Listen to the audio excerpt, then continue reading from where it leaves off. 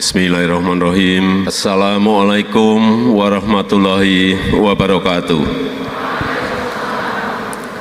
Selamat sore, salam sejahtera bagi kita semuanya. Shalom, Om Swastiastu, Namo Buddhaya, salam kebajikan. Bapak Ibu yang saya hormati, saudara-saudara semuanya, utamanya para alumni LPDP yang saya hormati, yang saya banggakan, yang saya cintai, dan yang lainnya. Tadi saya ingat lagi urusan podium ini loh. Ini dimulai karena peristiwa COVID, sehingga ada waktu COVID dulu ada 3 podium, di sana 1, di sini 1, di sana 1. Sekarang udah nggak ada COVID kok masih ada 2, ini untuk apa gitu loh. Tadi sebenarnya Pak Nadiem di sini pun saya nggak marah kok, tapi Pak Menteri Pendidikan sendiri yang takut. Di sini aja, didorong ke sana jangan mau. Saya pengen di sini gitu loh. Pengurusan podium enggak, setelah ini podium 1 aja. Jangan ada yang di sini ada kayak diskriminatif gitu. Saya mengapresiasi LPDP Festival ini sebagai sebuah sarana sosialisasi untuk memperkenalkan LPDP dan program pendidikan dalam rangka apa? Dalam rangka pembangunan sumber daya manusia, pembangunan SDM yang unggul dan berkualitas. Ini sangat penting sekali, ini sangat penting karena kita akan menghadapi bonus demografi yang nanti di tahun 2030 68,3% penduduk kita adalah penduduk usia produktif, dan ini biasanya hanya sekali dalam sejarah peradaban sebuah negara, hanya sekali, nggak akan terulang lagi. Ini bisa menjadi peluang, tapi bisa juga menjadi beban, bahkan bisa menjadi bencana kalau kita tidak bisa mengelolanya dengan baik. Tapi sore hari ini, setelah tadi Pak Nadiem, Bu Ani menyampaikan, dan saya berhadapan dengan saudara-saudara semuanya, saya optimis bahwa bonus demografi itu bisa kita manfaatkan untuk menaikkan level negara kita menjadi negara maju. Saya meyakini itu. Dan saya ingat di 2015 di LPDP ini ada dana kurang lebih 15 triliun. Hari ini dana LPDP kita sudah 139 triliun rupiah. Ini adalah sovereign wealth fund yang kita miliki khusus untuk pendidikan. Dan sejak 2019 saya sudah perintahkan ke Bu Menteri Keuangan, minimal 1 tahun itu 20 harus masukkan ke LPDP, 20 masukkan ke LPDP, punya uang banyak masukkan ke LPDP, karena SDM inilah nanti kita bisa bersaing atau tidak bisa bersaing dengan negara-negara lain. Kuncinya memang di sini. Dan kita tahu dunia saat ini berubah sangat cepat. Bio dan nanoteknologi, genome sequencing mendisrupsi dunia kesehatan. Cloud computing, artificial intelligence mendisrupsi dunia pendidikan.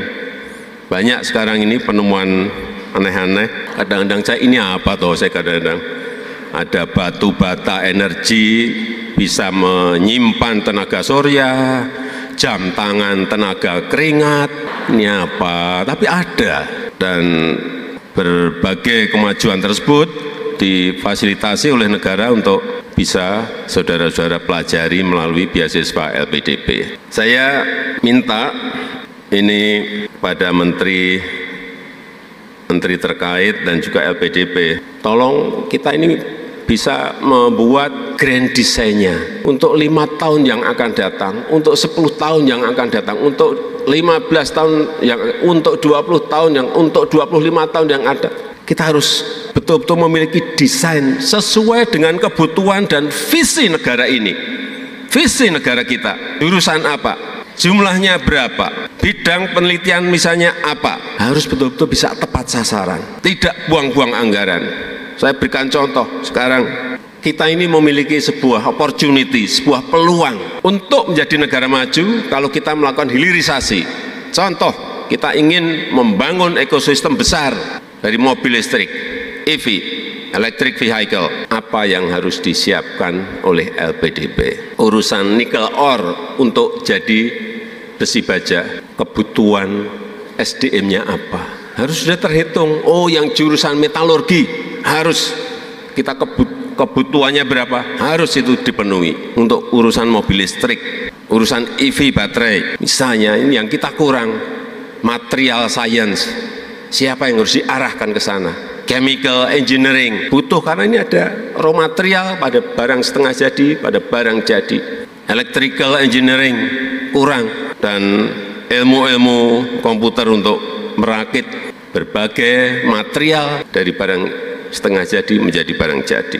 Kita mau membangun ekosistem besar, apalagi rumput laut, jurusan apa yang dibutuhkan, berapa SDM yang diperlukan, semuanya harus terdesain dengan baik sehingga sekali lagi kita nanti antara kebutuhan SDM dan kebutuhan industrinya itu betul-betul bisa match, betul. Jangan meleset yang dibutuhkan untuk ekosistem besar electric vehicle tadi, tapi yang dikirim misalnya yang banyak dari Pak Menteri Agama, bisa nggak sambung nanti. Hati-hati, ini apa yang berkaitan dengan LPDP. Dan kekuatan kita, karena kita memiliki dana yang tidak kecil, sekarang ini 139 triliun, universitas yang top 20 itu datang ke kita, menawarkan diri, nggak kayak dulu, kalau dana masih kecil kita yang minta-minta, kok saya diberi jatah 5 orang mahasiswa saja, 1, dari sana beri 1, sekarang kita punya 139 triliun, mereka yang datang, meminta, karena kita tahu anggaran kita ada, di LPDP ada dananya, dan angka 139 triliun itu bukan angka kecil, bukan angka kecil. Coba kalau nanti setiap tahun tambah 20, tambah 30, APBN kita bertambah baik, tambah 40, akan menjadi berapa? Inilah saya kira kesempatan untuk saudara-saudara semuanya, dan setelah pulang, setelah selesai studi, karyalah, ilmunya jangan diendapkan untuk diri sendiri, dan yang paling penting saya titip, pulang. Meskipun gaji di sini mungkin lebih rendah sedikit, tetap pulang. Meskipun mungkin fasilitas enak di negara lain, tetap pulang. Karena negara kita saat ini sangat membutuhkan anak-anak muda yang memiliki pemikiran, yang memiliki visi ke depan yang lebih baik, dan kita memang kurang SDM yang seperti itu. Dan terakhir, ini saya ulang di mana-mana, dalam 13 tahun ke depan, ini adalah saat yang sangat menentukan negara kita ini bisa melompat menjadi negara maju atau tidak.